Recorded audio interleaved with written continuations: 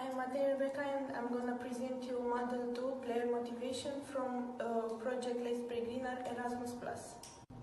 Introduction. At the top of the list of interests that teachers attribute to video games is motivation, the one that students lack and players do not lack.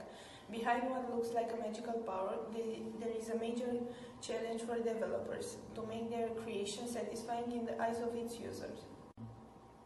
In this video, I suggest you go back to the origins of the feelings of fun, pleasure and satisfaction. To do this, we will adopt the point of view of neuroscientists and look at the brains of players.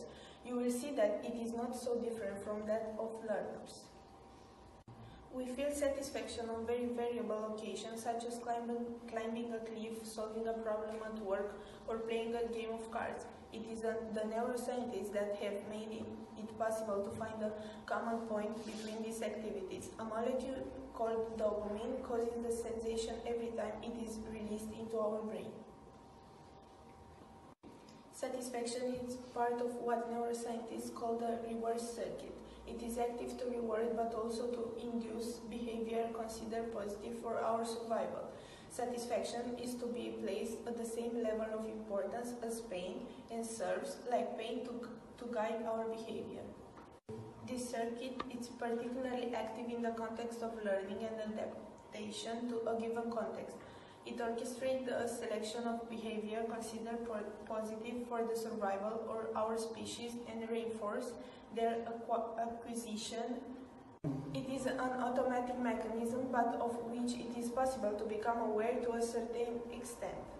In Don't Starve, which is a survival game, the player quickly learns that he must start a fire first, for the good reason that he risks dying at night. The reward system is active at every stage of its mission, and especially when flames appear in the dark.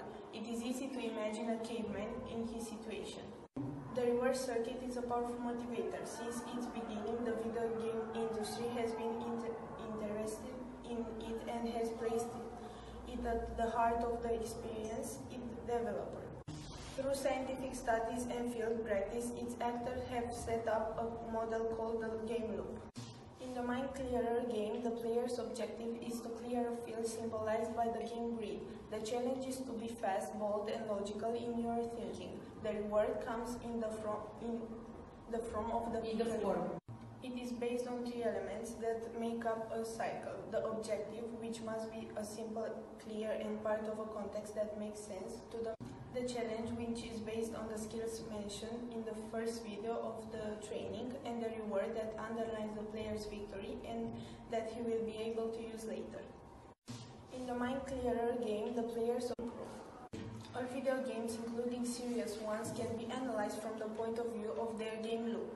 Some even have several loops. For these three bricks, if they are properly calibrated and targeted to the right player profile, they will each activate the reward circuit at their own level. Like a student who loses interest in his or her learning, players can also drop out because the objective is too vague, because the proposed challenge does not speak to them, or because the reward is not according to the effort required. A very good game can be swept away and considered uninteresting.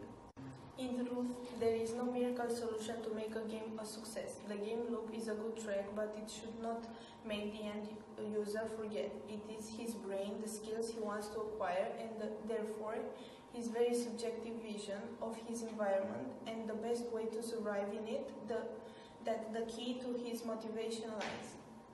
One way to use the contribution of video games for learning is to make the game loop obvious for the learner's point of view. We are talking about gamification.